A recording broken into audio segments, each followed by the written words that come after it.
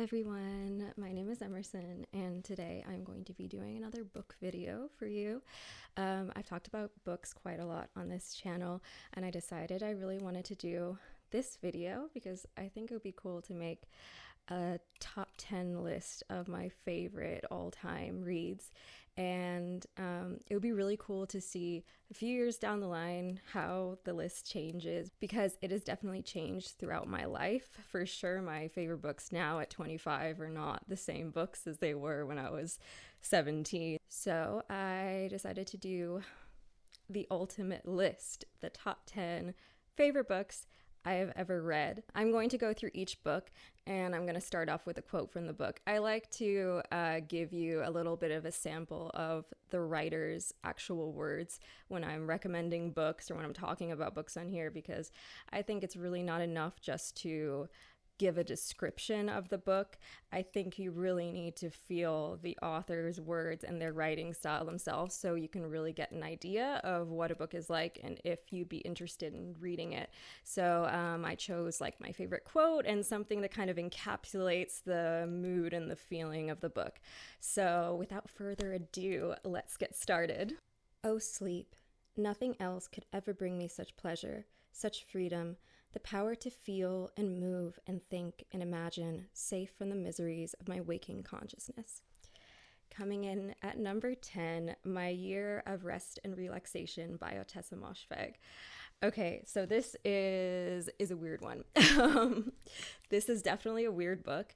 The premise is pretty much that a girl just wants to sleep an entire year away.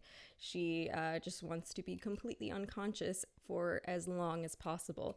And she goes to very questionable lengths to achieve this goal. And it's pretty much just about someone overcoming really difficult trauma and how she deals with that. And it's about loss, it's about family, it's about self-image, it's about relationships between friends. The writing style is like, I would describe it as like female Chuck Palahniuk. It's very much like if Chuck Palahniuk decided to write from the perspective of like very gritty women's issues. Chuck Palahniuk is definitely one of my favorite authors, and I did have to limit myself to 2 of his books on this list, so they are coming further down. But Ottessa Moshfegh reminds me so much of Chuck Palahniuk. The only reason this book is at number 10 and not higher is because of the ending. It didn't resonate with me as much as the rest of the book, but it still makes my top 10 list because it's just so incredible. I read it maybe like a year or 2 ago, and it had such a profound impact on me, and I just really like enjoyed every second of it, except for that ending. I was not crazy about it. If you've read the book, let me know what you think of the ending and if it was satisfying for you. It's something that I would recommend you be in a good mental state before you read it. It's one of those books. It is a little bit bleak, and you want to be in a good state of mind before you read this book because it could be possibly a little bit triggering for people who deal with mental health issues. So I would definitely suggest be in a good mental state first. And also it deals with themes of EDs. So if that is something that you struggle with, or if that is something that might trigger you, I would say maybe avoid this book unless you're in like a good state of mind. There's nothing fundamentally wrong with people. Given a story to enact that puts them in accord with the world, they will live in accord with the world. But given a story to enact that puts them at odds with the world, as yours does, they will live at odds with the world. Given a story to enact in which they are the lords of the world, they will act like lords of the world. And given a story to enact in which the world is a foe to be conquered, they will conquer it like a foe. And one day, inevitably, their foe will lie bleeding to death at their feet, as the world is now. Number 9 is Ishmael by Daniel Quinn. And this is one of those books that you read and you never really forget. It is almost like a philosophy book, but it is a work of fiction. I remember reading it so vividly because all the ideas had such a profound effect on me, and they really changed how I viewed the world. It changed my perspective on everything, on being human, on the universe around us, on nature.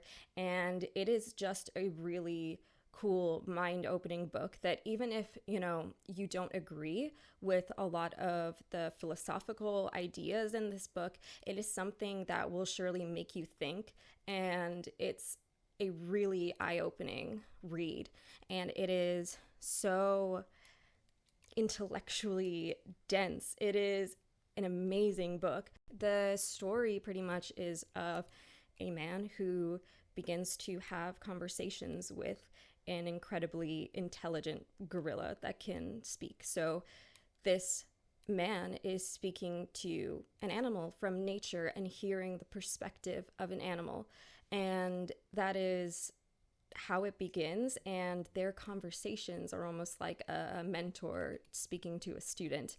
And it is absolutely incredible. I grew up in the countryside of Ireland. I absolutely appreciate and adore nature, and I love the transcendentalist writers, Henry David Thoreau, Emerson, my own name, and I just absolutely agree with the idea that being near nature, and being kind to nature is inherently a good thing for us, and it is so healthy for humans to return to their roots, to return to nature. And yeah, this book just tackles some really tough and hard-hitting points that are mind-blowing at times and so true, like so shockingly true, like the idea from that quote itself. So if you're interested in reading something that will be really inspiring, mind-opening to you, if you are having a cabin trip in the forest and you are connecting to nature, this is the perfect book to read at that time. So if you are pulling a Henry David Thoreau and you are going to Walden Pond and isolating yourself from humanity to observe and live in nature, this is the book that you should read while you're doing that. I swear, gentlemen, that to be too conscious is an illness, a real thoroughgoing illness. Number 8 is Notes from the Underground by Fyodor Dostoevsky. And this book is the most accurate representation I have read so far of having an anxiety disorder. As someone who struggles with anxiety, who has always struggled with anxiety, and who still tries to manage it on a daily basis, I have never felt so heard and so seen by a book as I have when I read Notes from the Underground. This is just such a perfect encapsulation of the self-hatred, the rumination, all of this that goes on inside the mind of someone who's dealing with anxiety. And I've never seen it quite replicated to that extent in any other book that I've read. And I've read quite a number of books to do with mental illness, and none of them have even close to measured up to Notes from the Underground.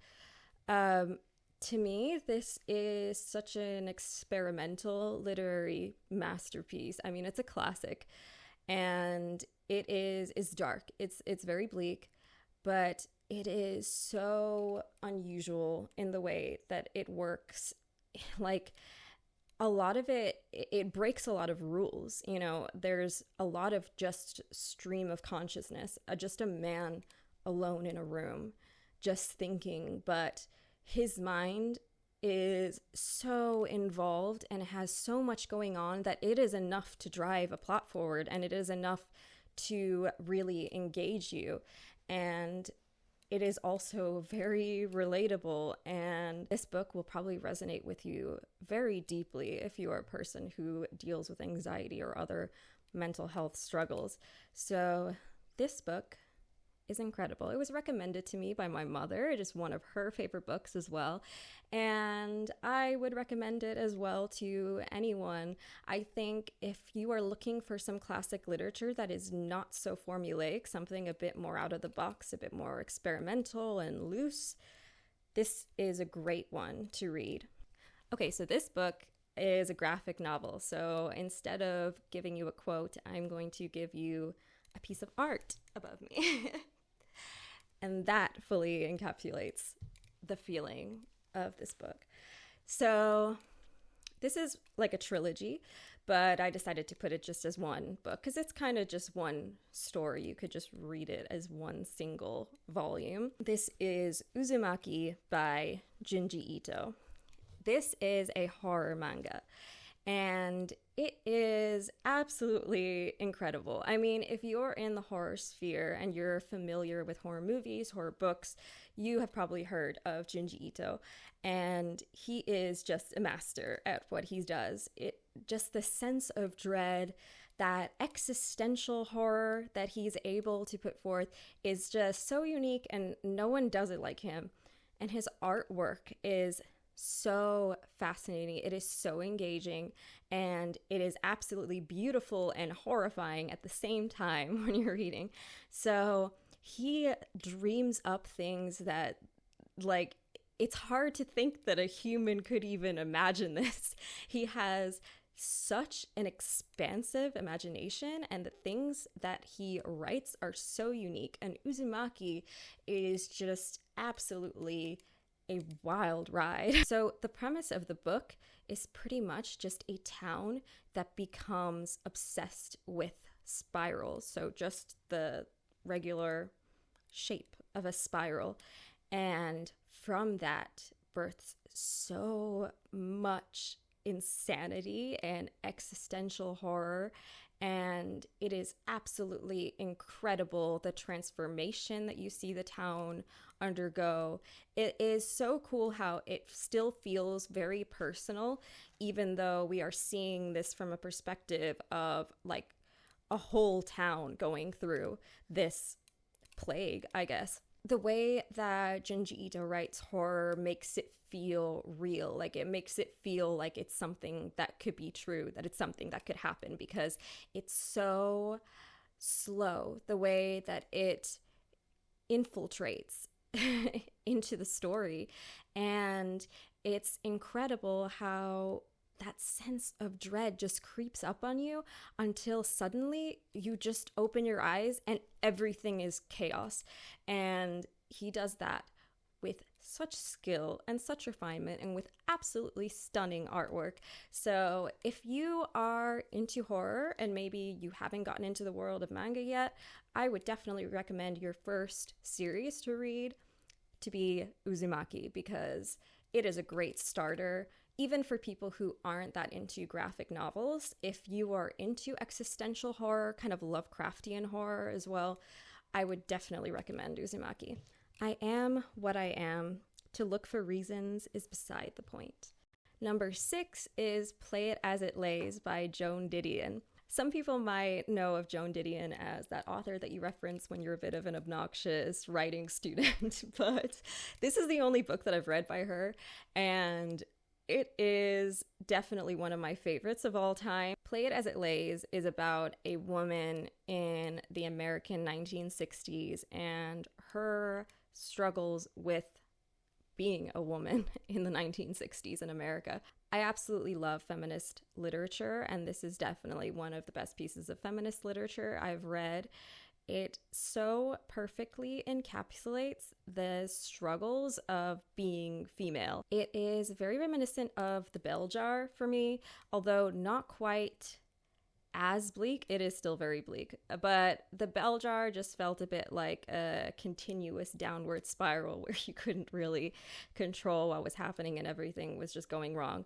But Play It As It Lays, it feels a little less depressing, but it is absolutely stunning, especially the writing style. I mean, she's a master at her work. Joan Didion, I mean, she's known for a reason. It's because her prose is so incredible. I am a huge fan of media, books, movies that are set in the era of the 1960s, 1970s. There's something about that era and that vibe, that aesthetic, the clothing style, the music, everything that just fascinates me so much. I mean, it was such a significant time with so many world events as well going on that it is so interesting to watch a story, to read a story set in that time period, because there's so much you can do with it. There's so much going on. And I absolutely love this book. And I mean, I've never lived through 1960s America, but I feel like I sort of have because I read this book. It is so immersive and you really feel like you're there. If you are a sad girl that likes the 1960s and struggles with the perils of being female, have I got a book for you, honey. Don't do what you want. Do what you don't want. Do what you're trained not to want. Do the things that scare you the most. At number 5, my first Chuck Palahniuk book on this list, Invisible Monsters by Chuck Palahniuk. Notes from the Underground is the best book representing anxiety. This is the best book representing body dysmorphia and issues with beauty standards. I've talked a lot about beauty standards and body image issues on my channel. I did a video essay on a possible remedy for that. In our modern time, there is such an issue of beauty overstimulation, and we get overwhelmed by thinking that the majority of people look like the most beautiful people in the world, because that is the content that we are consuming on a daily basis. And it gives us a very warped image of what beauty is in comparison to what we would have thought back in the day when we didn't have all this access to technology and seeing all these images of curated beauty. Invisible Monsters is about a girl who has a serious injury. So due to an accident, she is now missing her whole jaw. So I believe the book starts somewhat in her recovery. It jumps around a lot. That's the thing about this book that I also love, that it goes back and forth in time, but it works so well in the progression. So you kind of start way ahead. But anyway, like in terms of chronological order, this girl is dealing with a serious injury. She is recovering in hospital with her jaw completely missing, and she is debating if she wants to go through the surgical procedures that will be necessary to reconstruct her whole lower half of her face. And this book is mind-blowing. It is very disturbing.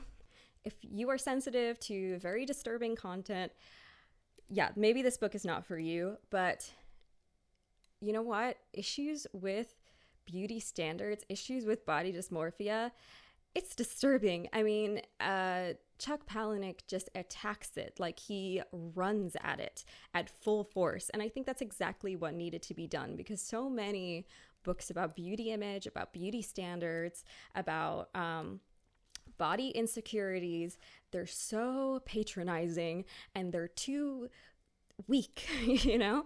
And this is just so ferocious, the way that it goes at this issue. And it is entertaining. It is funny at times, funny in a very dark way. And I just absolutely love Chuck Palahniuk. I love, so far, everything that I've read that he's written. And maybe I should make a video one day of just reviewing like every single Chuck Palahniuk book, because I would happily do that. I haven't read a book by him that I have not liked yet. So we shall see. I might do that in the future. But anyway, Invisible Monsters, I've recommended this to some of my friends and they've absolutely loved it. These are people who are in the writing world, people who are studying writing or have studied writing, and they absolutely love it too. So it has kind of like an academic literature appeal, if that makes sense. The quality of the writing is really, really impressive, and it's also something that you can learn from if you are a creative writer and you want to experiment with time jumps and kind of experimental structures of a story. So it is definitely writing to learn a lot from. I waited to be told what was good about me. All that time I had spent readying myself. The articles that taught me life was really just a waiting room until someone noticed you. The boys had spent that time becoming themselves. So at number 4, we have The Girls by Emma Cline. And this story is so unusual, and I read it one summer, and I know a book has had like a really profound impact on me if I can remember exactly where I was when I was reading it, exactly how it felt when I read it, because it really, really stayed with me. And this book was definitely one of those books. This book captured so accurately what it feels like to be a girl growing up, especially to be an adolescent girl and to grow into a woman. Every issue that it talked about, every problem, I mean, just the way that the words were crafted, it was like it was speaking my own mind. The words that I couldn't put together myself about these issues, it said them for me. And I absolutely loved this book, and this was not the story I was expecting to get the kind of recognition in. This story is a fictionalized version of the story of the Manson family, and it's told from the perspective of a girl who joins their group. I was expecting this book to be a lot more focused on those darker aspects of cults and stuff like this, the darker aspects of the actual true story from real life. I was not expecting it to be such an insanely profound commentary on womanhood and girlhood, and I think that it is an absolute masterpiece for that reason. And if you have grown up as a girl through your adolescence, man, should you read this book, because this will resonate loud and clear to you. I found it so incredible. This is another one that I've recommended to a lot of my friends, and they've absolutely loved it too. I would love to reread this book at some point as well, because I just enjoyed every single page. It was a work of art, and it was so harrowing to read, but it was so worth it.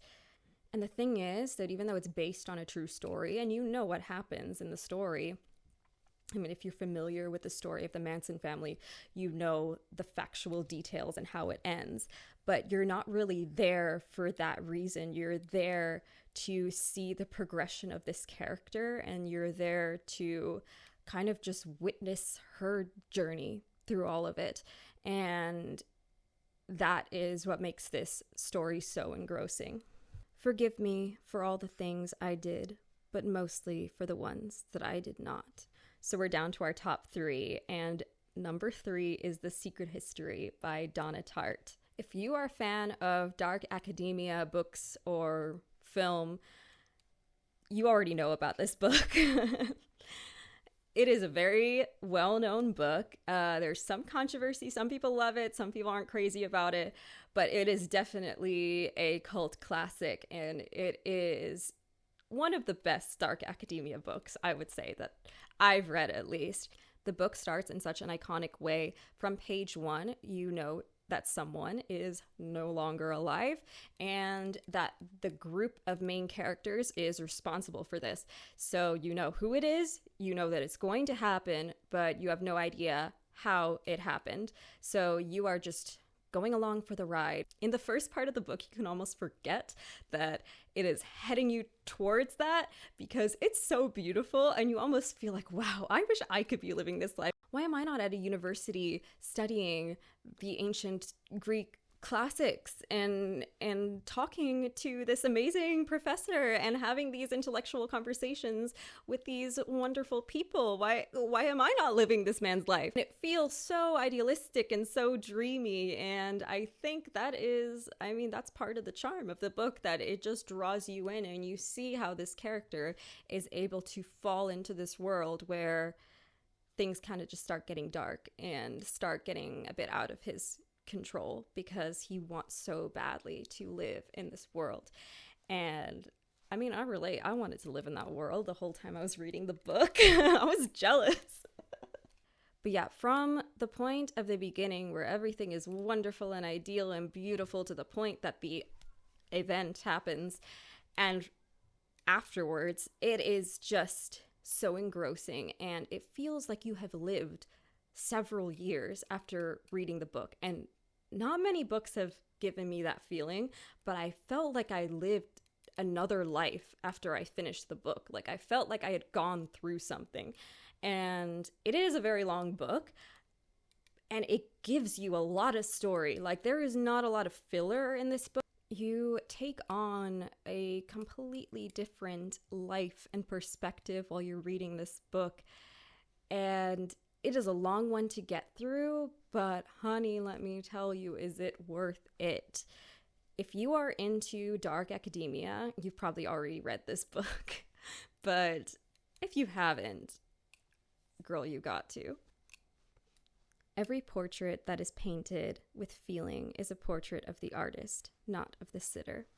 At number 2, we have a classic, The Picture of Dorian Gray by Oscar Wilde. As an artist, this book is so incredible to me. I first read it when I was 12 years old, let me tell you. I was a young little thing when I first read this book. And I recently reread it, and it is just so beautiful. And I wanted to reread it because I couldn't really remember exactly what happened in it, but I remember loving it so much. And I thought, it has been so long since I read this book. I was just a kid when I first read it.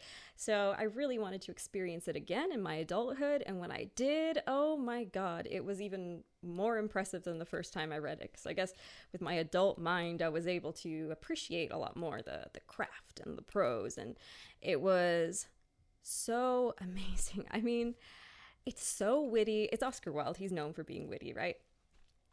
But it is funny at times. It is so hilarious.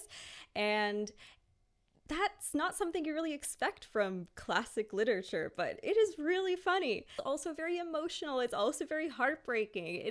You feel so much when you're reading this book, and you just want to be in this world, especially since I'm an artist. I mean, I wanted to be living in this world of painting portraits and of these lavish parties where people are just having these existential conversations about life. And Lord Henry is so flamboyant and so fun, and he's just such a mess. And I absolutely loved all his speeches. He's just so wild and eccentric, and I absolutely loved reading this book. I will probably read it again in the next few years, maybe 10 years from now when I'm 35. I will want to read it again and re-experience it. By that point, I would have forgotten a lot of it, so I can just read it again as if I'm reading something completely new. And yeah, this book is a marvel of Irish literature, and Oscar Wilde was an absolute legend. If you're someone who doesn't even like classic literature, like it may be a bit boring to you, I would say this book might actually break that idea for you, that stigma that classic literature is kind of boring and kind of slow.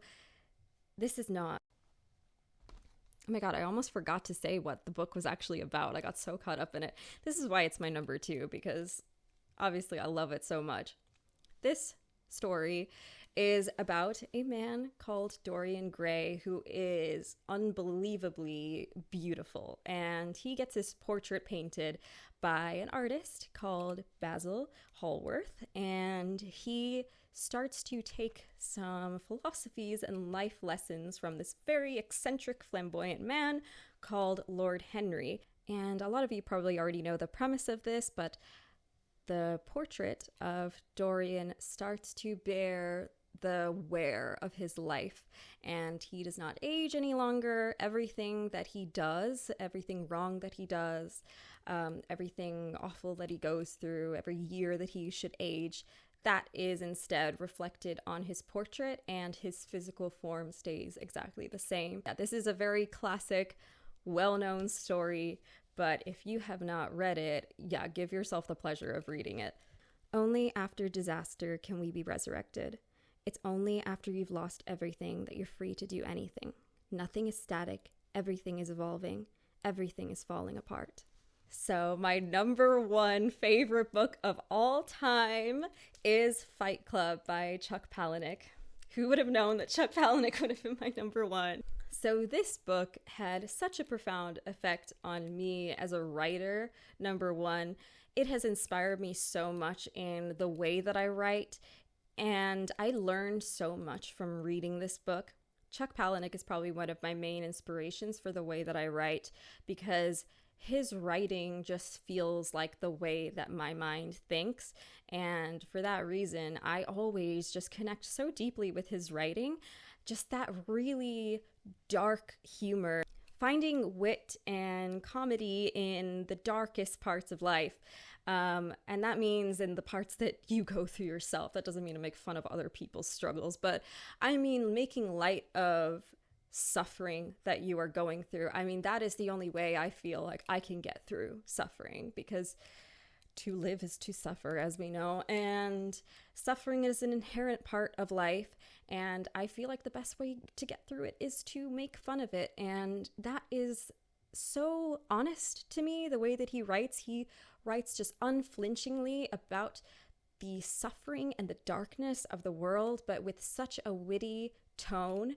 And that is so honest, and so much more honest than if it was taken seriously, if you know what I mean. Like, I don't know if that makes any sense or if that resonates with you, but to look at your suffering and to laugh at it, I feel like is so much more honest and more human than anything else. So Fight Club is about a man who is kind of struggling with the corporate rat race. He is living the depression that is capitalist society, and he is struggling with feeling very unfulfilled. He has a lot of possessions. His life is complete. He has a job. He should be fine, but he feels lonely. He feels incomplete, and he is so unhappy, and he cannot tell why.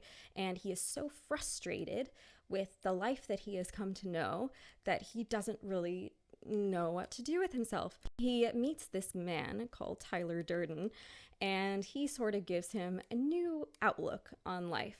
This book deals with a lot of issues of masculinity and capitalism, a lot of issues with our current culture, with materialism, and it is, wow, it has so much to say.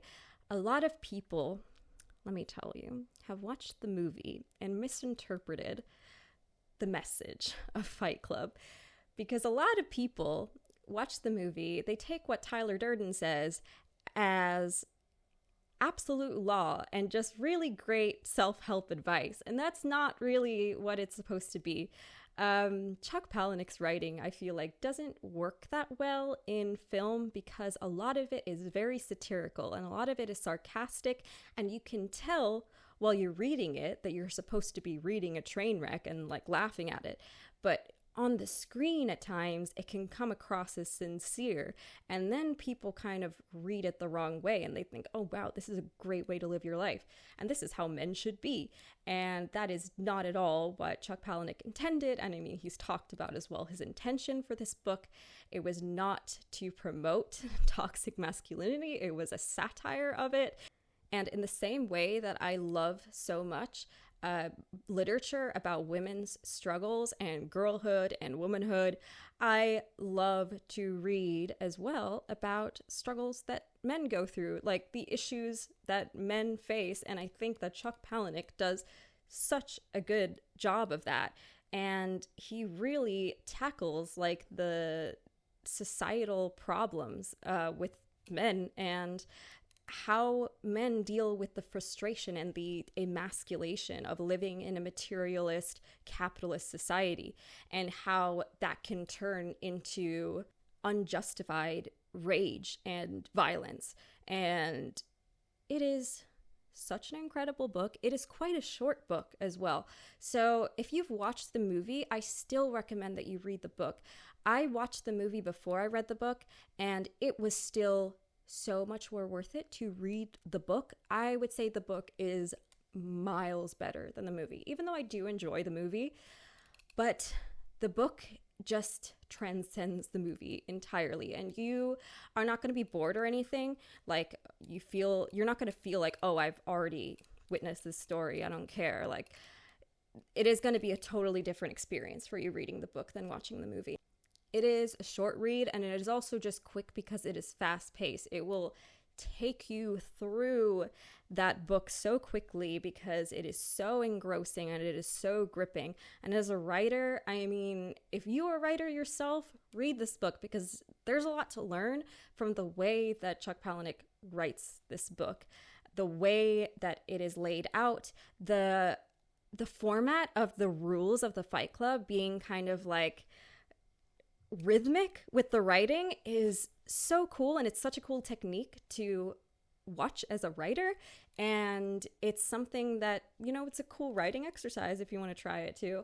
But even if you're not a writer and this stuff is kind of boring to you and you don't really care, this book is equally entertaining as it is fascinating from a literary sense. So my number one favorite book of all time currently at 25 years old in 2023 is Fight Club by Chuck Palahniuk, and I will see how that changes over time. I am curious to see what you guys think as well of my list, and if you maybe don't like some of the books that I said, or if you do like them, let me know why. I would love to hear all your takes. Maybe if you even want to post your top 10, I would be happy to read that because I love to see people's recommendations for books. I think it says so much about someone as a person to know what their favorite books are. I think it really speaks to how their mind works, you know? And so I would love to hear from all of you in the comments below. So thank you so much for watching this video. I really hope you enjoyed it. And if you'd like to see more book-related videos in the future, please let me know. If you could like and subscribe as well, that would be a huge help. It always really helps me out. And I will see you next time. Bye-bye.